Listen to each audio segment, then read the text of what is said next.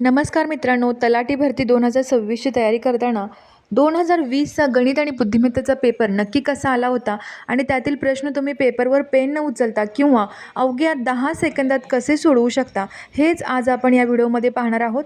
आजच्या या लेक्चरमधील एकही ट्रिक मिस करू नका, कारण याच पॅटर्नवर आधारित प्रश्न तुम्हाला येणाऱ्या परीक्षेत दिसणार आहेत. चला तर मग सुरुवात करूया. क्रमांक 6. 17 नोव्हेंबर 2017ला शुक्रवार येतो. खालीलपैकी कोणत्या वर्षी 17 नोव्हेंबरला पुन्हा शुक्रवार येईल? शुक्रवार पुन्हा येण्यासाठी 7 दिवस व्हावे लागतील. बरोबर. आता 17 नोव्हेंबर 2017ला काय आहे? शुक्रवार आहे. म्हणजे +1 करतोय इथं आपण. पुढे पुढे +1 करत जातोय. त्यानंतर 2018ला काय असणार आहे? शनिवार असणार आहे. इथे काय होईल? +1 होईल. त्यानंतर 2019 म्हणजे 17 नोव्हेंबर 2019ला रविवार असणार आहे. +1 केल्यानंतर 2020ला मात्र हे लीप इयर असल्यामुळे इथे मंगळवार येईल, म्हणजेच +2 करतोय आपण. +2 करतोय. त्यानंतर लीप वर्ष असेल तर +2 करतोय. 2021ला बुधवार येईल, +1. 2022ला गुरुवार येईल, +1 करतोय. आणि 2023ला 17 नोव्हेंबर 2023ला शुक्रवार येईल. पुन्हा परत शुक्रवार येईल. त्यामुळे पर्याय क्रमांक डी आपलं उत्तर असेल. पुन्हा आणि काय विचारलं, कोणत्या वर्षी 17 नोव्हेंबरला पुन्हा शुक्रवार येईल? 17 नोव्हेंबर 2023ला पुन्हा शुक्रवार येईल. इथे फक्त आपण काय करतोय, तर लीप इयरचे +2 2 दिवस ॲड करतोय, कारण लीप वर्ष जो असतो तो 29 दिवसांचा असतो, फेब्रुवारी महिना. ओके. आणि लीप वर्ष सोडून इतर दिवशी मात्र 28 फेब्रुवारी असतो. 28 दिवसांचा फेब्रुवारी महिना असतो, पण लीप इयरमध्ये तो 29चा असतो. त्यामुळे इथं +2 केलेला आहे. ओके. आपलं उत्तर असेल पर्याय क्रमांक डी. प्रश्न क्रमांक 1.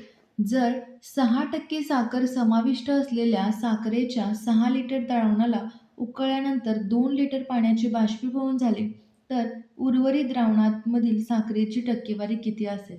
आता 6 लिटर द्रावणामध्ये 6% साखर आहे, म्हणजेच 6% 6 लिटरच्या म्हणजे उत्तर किती? 0.36 ही द्रावणामध्ये साखर असणार आहे. ओके.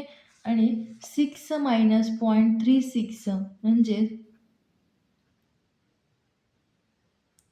5.64 ही काय असणार आहे? पाणी असणार आहे त्यामध्ये. आता इथे साखर किती आहे? 0.36 आणि त्याने काय सांगितलेलं आहे? द्रावणाला उकळल्यानंतर 2 लिटर पाण्याचे बाष्पीभवन झाले. म्हणजे टोटल द्रावण किती शिल्लक राहिलेलं आहे? 4 लिटर. आणि त्यात आपल्याला राहिलेल्या द्रावणामध्ये साखरेचे प्रमाण हेच राहणार आहे, 0.36. 4 लिटरच्या 0.36 यांची टक्केवारी काढायला सांगितलेली आहे. या द्रावणातील साखरेची टक्केवारी काढायला सांगितलेली आहे. 9 लिटर 9% आपलं उत्तर असेल. 9% 9% यामध्ये साखर असणार आहे. ऑप्शनमध्ये इथे कुठेच दिसत नाही, पण आपलं उत्तर असणार आहे 9% साखर असणार आहे या द्रावणामध्ये. ओके. प्रश्न क्रमांक 2. सरासरी काढा असा प्रश्न आहे या पेपरमध्ये. 74, 56, 89, 92, 68, 35 या संख्या दिलेल्या आहेत. आता सरासरीमध्ये आपण काय करतो, यांची काय करणार आहे? ॲडिशन करणार आहे. 89 अधिक 92 अधिक 68 अधिक 35 आणि 6 नंबर आहेत म्हणून 6ने डिवाइड करतोय. याची ॲडिशन येईल 414 भागिले 6. उत्तर असेल आपलं 69. 69 सरासरी पर्याय क्रमांक सी आपलं उत्तर असेल. प्रश्न क्रमांक 4. अजय आणि बाबू यांनी अनुक्रमे ₹16,000 आणि ₹12,000 रुपयांची गुंतवणूक करून भागीदारीमध्ये प्रवेश केला. 3 महिन्यानंतर अजयने ₹5,000 काढले आणि बाबूने आणखी 5,000ची गुंतवणूक केली. अजय आणि बाबूचा संबंधित नफा वाटून घेण्याचे गुणोत्तर काय असेल? आता इथे थोडक्यात बघा काय सांगितलं त्यांनी. अजय व बाबू यांनी अनुक्रमे अजय आणि बाबू यांनी 1 वर्षासाठी पैसे गुंतवलेले आहेत. अजयने 16,000 3 महिन्यासाठी 16,000 गुंतवलेले आहेत आणि प्लस 9 महिन्यासाठी 1 वर्ष होईल 3 अधिक 9 9 महिन्यांसाठी त्याने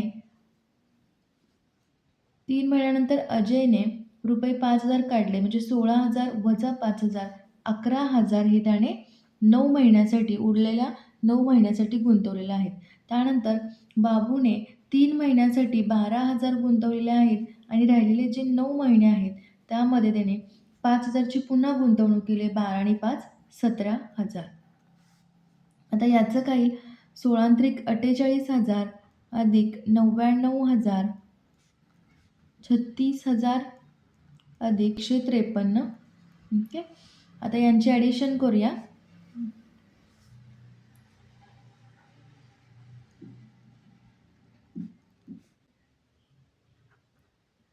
एकशे 89 या 3 शून्य निघून जातील. आता यांचा रेशो फाइंड करायचा आहे. 3 चौक 12 3 नवे 27 3 संग 18 3 त्रिक 9 7 7 49 7 9 63 म्हणजे त्यांचा जो नफा वाटून घेण्याचं जे गुणोत्तर असणार आहे ते 7:9 येईल. पर्याय क्रमांक सी आपलं उत्तर असेल. प्रश्न क्रमांक 5 जर जोसेफला FKOALD असे संकेतबद्ध केले जात असेल तर जॉर्जला कसे संकेतबद्ध केले जाईल. रिझनिंगचा क्वेश्चन आहे हा. जोसेफ म्हणजेच आपण कसं लिहितोय. आता जोसेफला त्यांनी काय संकेत केलेला आहे, संकेतबद्ध केलेला आहे ALD म्हणजेच काय -4 जे -4 F होईल. F नंतर 4 लेटर पुढे गेल्यानंतर आपल्याला जे मिळणार आहे. त्यानंतर O-4 K होणार आहे. त्यानंतर S-4 सुद्धा आपण त्याप्रमाणेच करत आहोत. G-4 C येणार आहे. E-4 A येईल. O-4 K येईल आणि R-4 N G-4 C येईल. E-4 A येईल. पर्याय क्रमांक सी आपलं उत्तर असेल. चला वळूया पुढच्या प्रश्नाला. प्रश्न क्रमांक 7 खाली दिलेल्या क्रमानुसार पुढे कोणती आकृती येईल. सिंपल विचार करायचा आहे. इथं ॲरो अप आहे, हा डाऊन आहे. त्यानंतर एक्झॅक्टली अपोजिट ॲरो इथं केलेला आहे. आता इथे ॲरो काय आहे, अप आहे, हा डाऊन आहे आणि स्लॅन्टिंग लाईनमध्ये आहेत हे. म्हणजेच याच्या अपोजिट कोणता येणार आहे. पर्याय क्रमांक डी आपलं उत्तर असेल. ॲरो कोणते असणार आहेत, याच्या उलट ॲरो हा येईल आणि याच्या उलट ॲरो हा येईल. पर्याय क्रमांक डी आपलं उत्तर असणार. लॉजिकल प्रश्न आहे, रिझनिंगचा प्रश्न आहे हा. चला बोलूया पुढच्या प्रश्नाला. एक्झामिनेशन सोबत एक्झामिनेशनची 10 वेळा पुनरावृत्ती झाली आहे. पहिल्या टप्प्यात समस्थितीमध्ये असलेली अक्षरे हटवली गेली. दुसऱ्या टप्प्यात उर्वरित अक्षरामधील समस्थितीत अक्षरे पुन्हा हटवली गेली. हे तोपर्यंत केले गेले जोवर तुमच्याकडे एक अक्षर उरेल ते अक्षर कोणते आहे. आता इथे प्रश्नामध्ये काय सांगितलेलं आपल्याला, सिंपल लॉजिक आहे यामध्ये. एक्झामिनेशन NATIONS यामध्ये 10 वेळा पुनरावृत्ती याचा विचार थोड्या वेळानं करूया आपण. सुरुवातीला काय सांगितलं आहे, पहिल्या टप्प्यात सम स्थितीमध्ये अक्षरे हटवली गेली. आता सममधले हटवले गेलेले आहेत. ओके. म्हणजे तर ही सगळी जी मी अंडरलाईन करत आहे ती हटवली गेली. राहिली काय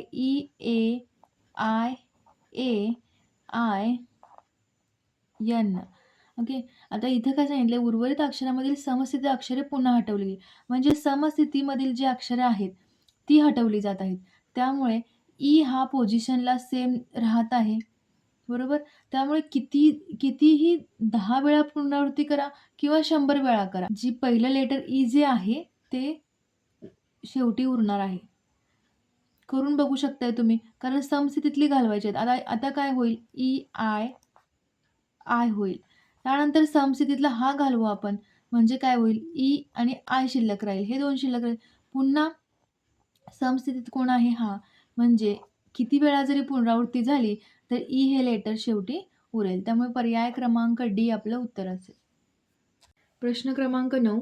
वगळलेली संख्या निवडून मालिका पूर्ण करा. सिरीजचा प्रश्न आहे. मिसिंग नंबर कोणता आहे तो फाइंड करायचा आहे. आता इथे 5 आणि 6 मध्ये 1चा फरक आहे. 5 अधिक 1 6, 6 अधिक 3 9, 9 अधिक 6 15.